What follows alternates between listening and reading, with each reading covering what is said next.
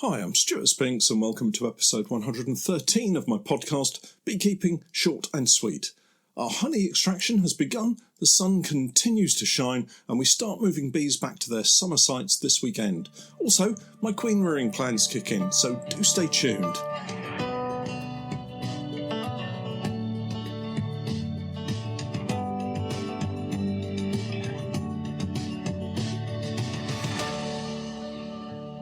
Beekeeping Short and Sweet, a beekeeping podcast for the inquisitive beekeeper with a short attention span.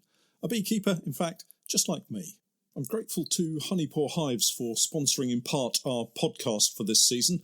Honeypore Hives, as I'm sure you're aware, are poly Langstroth hives, and we're setting up an apiary full of their hives this season, courtesy of Honeypore. Check out their range of hives and other equipment on their website, and I'll leave links to all of the websites in the show notes as usual.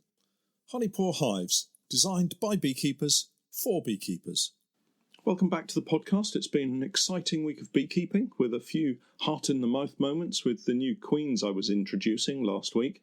Work continues at the new unit to get everything organised, and I've got a few very busy nights ahead of me moving bees off the Oilseed Rape at the weekend and back to their summer apiaries. So last week, you'll recall, I was introducing those new queens in cages into the newly created nucs. Well, on Saturday, I went back to the 14 by 12 apiary to have a sneaky peek into the nuc boxes prior to shooting a video at the weekend. I'm glad to say everything worked really well. I had intended to check on just a couple of the nucs to see if the queens had been released, but then I got carried away and checked them all. I think we had about 14 or 15 caged queens at this apiary. I can't quite remember at the moment, but anyway, they had all been released and were all alive and well, and I actually saw each and every one of them, which is a bit of a rarity, but it worked out really well. Of the 14 or however many it is, I saw eggs in all but 3 of the nucs, and I'm hoping that the last 3 queens will start laying in due course, and that when I go back to inspect them again, I'll have a 100% introduction success rate. So I'm really pleased with that. The queen cages actually worked really well, I have to say. I was a little nervous at seeing the workers head out of the escape tab and then watch the queen as she also tried to force herself through the narrow gap. But the design worked really well, and the bees in the nucs chewed through the fondant and released the queens in textbook style. I still have to go over to the Alpaca farm to check on the nucs I created there. Those are the ones that give me the greatest concern. They're the ones that I made up from frames straight out of the queenright colony and then put the caged queens straight in. I do still think I've made a blunder there, but who knows, maybe it will all be just fine. We've had no rain at all in the last week and some very sunny, warm days. While I was at the Alpaca farm, the farm owner stopped me for a chat and said that a couple of her alpacas had been stung because bees were congregating around the water troughs where the alpacas get their drinking water from. And it occurred to me to mention today that water is an essential part of colony life in a beehive, and it would be prudent to make sure your bees have access to a decent supply of water to use all year round. It appears right now they're using it to cool the hives, such are the daytime temperatures. If you evaporate water, you get a corresponding drop in temperature on the surface where the water was, and that can have the effect of keeping daytime brood box temperatures down and avoids the brood nest from overheating. It's likely that with the drop-off in nectar flow, the so-called June gap, the bees need something else in the hive to evaporate other than nectar, and so using water to do this fits with what might be going on in the beehive.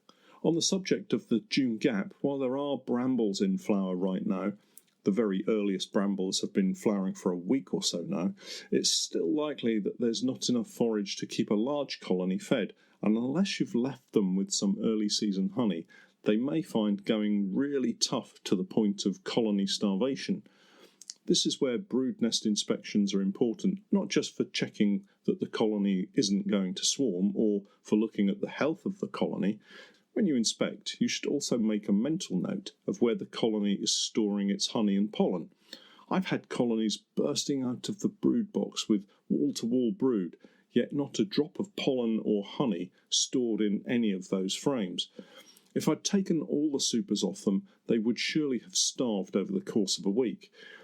The issue of removing all supers is not normally a problem, as the way I add supers means the bottom super is usually only partially filled. It's probably not ripe enough yet to be extracted and can be left on the hive, providing necessary food stores. Just in case you're unfamiliar with the way to add supers, I always add new supers beneath the existing ones. That means the workers have to move across the frames, be it foundation or previously drawn comb, and by doing so, they tend to be more inclined to use the frames rather than ignoring them completely, as they have on some occasions. On that point, now's not really a great time to be adding supers.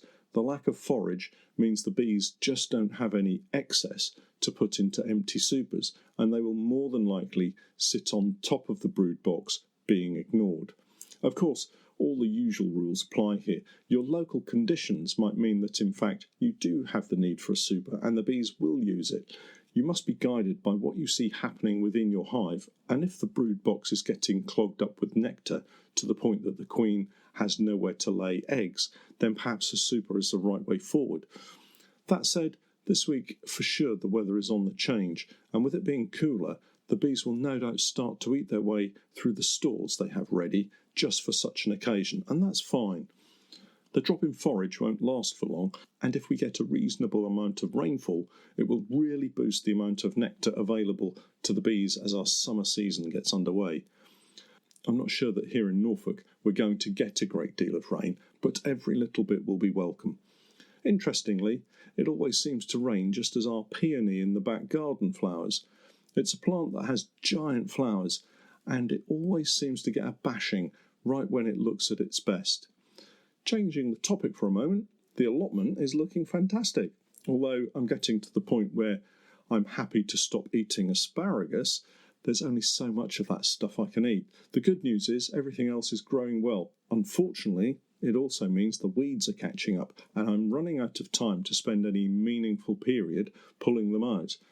Time is very short right now, as finally I'm extracting honey. We're removing supers this week. Hopefully, it will all be done apart from the cleaning up by the time this podcast goes out. And following on from that, I'm out moving bees. I think I'll have to get the bees shifted in smaller batches this year. I really must get one of those hive lifts, the crane type that bolts onto the back of the truck. It would be so beneficial, but the costs currently are just too much, especially with the new unit just up and running. I'm pleased with the way that's coming along, actually. I plan to put in a stud wall to create a honey extraction room that I can keep nice and clean, away from the day-to-day business, and I'm also hoping to be able to stock up on a few bits of kit that I can sell from the unit too. It will be good to be able to supply a few essentials such as bee feed and maybe wax foundation, some frames and things like that. I certainly don't want to become a shop, as it were, but it would be nice to open the unit once a week to local beekeepers who fancy dropping in to pick up some of their essential supplies and maybe share a coffee. In other news, I've had a very pleasant couple of hours at the Bluebell apiary this week. It's always very peaceful down there, unless of course you happen to be pushing a petrol lawnmower around, as I was. The grass and weeds had grown rather faster than those at the allotment, and it was all my poor little petrol mower could do to chug through the long grass. I had to hold the front of the mower up and try to cut the tops off first, and then go around for a second time to cut it to more manageable heights. I need to take a spade and fork over to dig out the weeds and grasses that have taken hold in the area of wood chip that the bees are sited on, but hopefully that won't take too long and we can then get the bees back on their plinths and ready for the summer flow. The petrol mower has been a worthwhile investment this year. It means I can keep everywhere tidy, which makes inspections a little bit easier. There's nothing worse than tripping over low-growing brambles when you're hot and bothered after a challenging series of inspections. The truck is in for yet more maintenance. This time it's the rear universal joint, whatever one of those is. It seems that when the clutch was replaced, it may have dislodged something at the rear end, and that's what's causing the problem. I really don't understand it all, but it will be good to get that fixed, as I really don't want it becoming a major problem, because you know it will happen just at the height of the season when I can't be without my truck. Getting back to the beekeeping, we have to get over to the new locations to prepare the ground for our move away from the oilseed rape. We're heading to the south of Norwich this time, as I think I may have mentioned in a previous podcast. It's not a lot of work, but getting the site set up prior to moving the bees in makes it a lot easier, and certainly less stressful when the ground is level and the hive stands sit easily, rather than having to dig around trying to level out bone-dry ground in the early hours, with colonies of bees sat on the back of the truck waiting to be set free. It does all mean some very long days and nights coming up as we prepare the hives to be moved. It's a simple enough task of strapping hives and blocking entrances, but it does need a little thought to ensure that it all runs smoothly. In other beekeeping news, we discovered an egg-laying worker colony this week. There's a video going up on Patreon if you'd like to see what it all looks like. Dealing with a colony that has suddenly switched in this way is pretty straightforward for me. I shake them out and remove the hive for cleaning. Egg-laying workers occur when a colony is hopelessly queenless and workers suddenly start laying eggs. I'm not sure if the reason for this is in a vain hope of keeping the colony alive, or if it's an attempt to produce drones in order to try to pass on genetic material from the colony.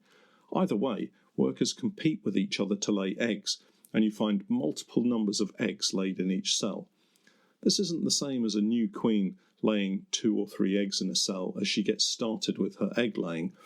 This is all out of competition, and you'll find eggs upon eggs in the cells. I'll post a few pictures to show exactly what I mean. Egg-laying workers usually, not always, but usually happen when I've split a colony and have a failed queen in one of the boxes. The simplest way to deal with it is to move the colony to another part of the apiary and shake out the bees, block up the entrance to the hive and move it away for clean-up. The bees will normally drift to another hive where any urge by the egg-laying workers is quickly suppressed by the dominant and overwhelming numbers of workers in the hive of bees that they've drifted into. This is one of the very few failed matings we've had this year, which is a huge change from last year, where we had many drone-laying queens. I'm about to set up the queen rearing schedule for this year. Of all the various methods I've used, I think the easiest is grafting. It does take a little practice, but I think we get a decent number of successfully drawn queen cells from it to keep at it. I could switch to the Nico cage again, and that has worked well for us in the past, but I do like turning up at an apiary and working through the chosen donor hive, selecting a frame of the very youngest larvae to graft from, rather than going back to find that the queen hasn't started laying in the cage and having to delay. Another method I really like using is the alley method. I might try this again this year. This is the method of cutting a horizontal strip of young larvae from a frame and tying it into a bar on a frame before inserting it into the cell builder colony. If you leave one cell intact every 3rd or 4th cell and crush down the rest, you end up with some really lovely evenly spaced queen cells that are a doddle to cut out and use in queenless mating nukes. It works best if you can use a frame with unwired foundation in it, so what I do is grab a drawn super frame with cut comb foundation that's been previously drawn and extracted, and put that into the brood box. The queen quickly lays eggs into it, and within a few days you have a frame of similarly aged young larvae to use in your queen cell production. In fact, talking about it here has me thinking I'd like to give this method another try. Look out for a video later in the month showing how we get on using this method. The key, as with most things in beekeeping, is preparation. Having the cell builder colony ready and bursting with bees is essential to producing decent queen cells. For those of you new to beekeeping, the cell builder colony is the queen cell builder colony. This is a hopelessly queenless colony that when given young larvae, they immediately go to work to produce queen cells. With the right mix of bees in this colony, you can produce far more queen cells than you could ever need, certainly as a hobbyist beekeeper. Keeping this colony fed with pollen substitute and syrup really helps produce lots of royal jelly and nice plump queen cells. One of the grafting cups I use for queen rearing is called the JZ Beezy Queen Cup, and it's really useful in that it's an opaque plastic which allows you to see the amount of royal jelly inside the base beneath the extended queen cell. With the right cell builder colony, you'll find they produce far more royal jelly for each queen cell than the developing larvae inside could ever need, and that's perfect. As the larvae grows and the cell is capped, the sealed queen cells can be moved into mating nucs, and these can be set up however you want. It could be the smaller queen mating nucs, or it could be the 2 or 3 frame standard nucs, larger queenless nucs, or indeed you could add a queen cell to a hopelessly queenless full-size hive. There are pros and cons to most setups, and I'm sure you'll find one that works perfectly well for you. Personally, I've always struggled with the queen mating nucs and much prefer to use a 3-frame standard nuc for the job. This year, however, we're going to have another try with the queen mating nucs and see what happens. I have a range of different makes of queen mating nucs, so it'll be interesting to see how we get on with them. I'll report back, and of course there'll be videos to watch as I stumble my way through the different techniques. Well, that's it for this week. Thanks for hanging around until the end of the podcast, and do keep the comments coming. And if you haven't yet signed up to the Patreon page, do take a look at that at www.patreon.com/Norfolk Honey. I'm Stewart Spinks, and that was Beekeeping Short and Sweet.